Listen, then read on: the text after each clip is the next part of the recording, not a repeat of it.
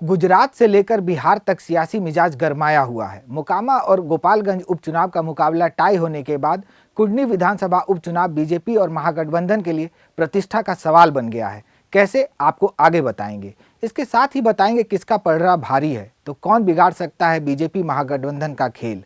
हाजिर है आपका बिहारी पत्रकार, नाम है मोहन कुमार। इन्ने उन्ने का नहीं, यहाँ होगा ओनली बिहार।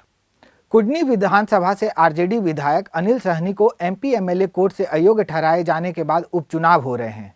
यहां प्रयोग के तौर पर आरजेडी के बजाय जनता दल यूनाइटेड ने अपना उम्मीदवार मैदान में उतारा है।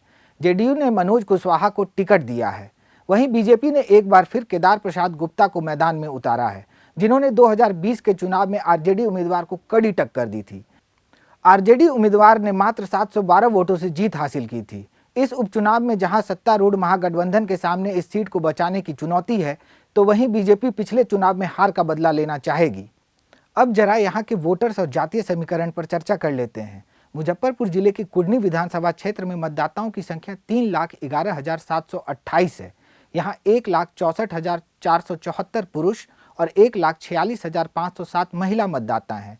इस इलाके की जातीय समीकरण की बात करें तो कुशवाहा जाति के सबसे ज़्यादा 40,000 वोटर्स हैं। इसी को ध्यान में रखकर जेडीयू ने मनोज कुशवाहा को अपना प्रत्याशी बनाया है। दूसरे नंबर पर वैश्य समाज के लोग आते हैं, जिनके मतदाता की संख्या करीब 33,000 के आसपास है। इसी बात को ध्यान में रखते हुए बीजेपी ने केदार गुप्ता को एक बार फिर से अपना प्रत्याशी बनाया है। इसके अलावा 25,000 मतदाताओं के साथ सहनी समाज तीसरे नंबर पर खड़ी है, जिनके भरोसे मुकेश सहनी ने वीआईपी पार्टी से सवर्ण समाज के नीलाव कुमार को प्रत्याशी बनाया है। चौथे नंबर पर करीब 23,000 मतदाताओं के साथ यादव समाज के लोग आते हैं। इसके अलावा कोयरी और कुर्मी जाति के वोटर्स की भी अच्छी खासी संख्या है।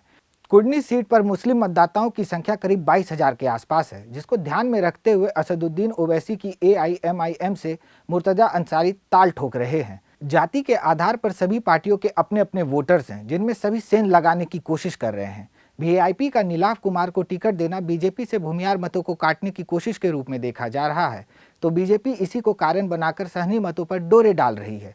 जेडीयू की नज़र कुर्मी कुशवाहा और यादव मुस्लिम समीकरण पर है, लेकिन एआईएमआईएम के प्रत्याशी उतारने से एक बार फिर मुस्लिम वोटर बट सकते हैं, जिसका नुकसान महागठबंधन को हो सकता है। गोपालगंज उपचुनाव में यही महागठबंधन की हार का बड़ा कारण बना। अगर पिछले चुनावों पर नजर डालें तो 2015 में बीजेपी के केदार प्रसाद गुप्ता ने जेडीयू उम्मीदवार मनोज कुशवाहा को पटकनी दी थी। तब जेडीयू और आरजेडी ने साथ मिलकर चुनाव लड़ा था। केदार प्रसाद गुप्ता को जहां 73,227 वोट मिले थे, वहीं मनोज कुशवाहा को 61,657 वोट मिले थे। हालांकि इस सीट पर साल 2005 से ही मनोज कुशवाहा ही जीत दर्ज करते रहे हैं। वहीं 2020 आते आते फिर सियासी समीकरण बदल गया। बीजेपी और जेडीयू ने साथ मिलकर चुनाव लड़ा।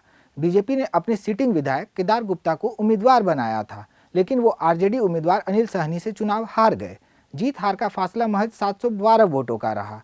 अनिल सहनी को 78,549 वोट मिले थे, जबकि केदार प्रसाद गुप्ता को 77,837 वोट मिले थे।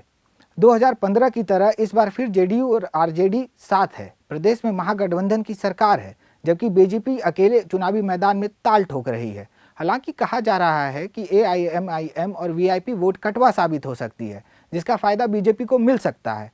गोपालगंज में हार के बाद कुडनी विधानसभा उपचुनाव नीतीश तेजस्वी के लिए किसी अग्नि परीक्षा से कम नहीं है।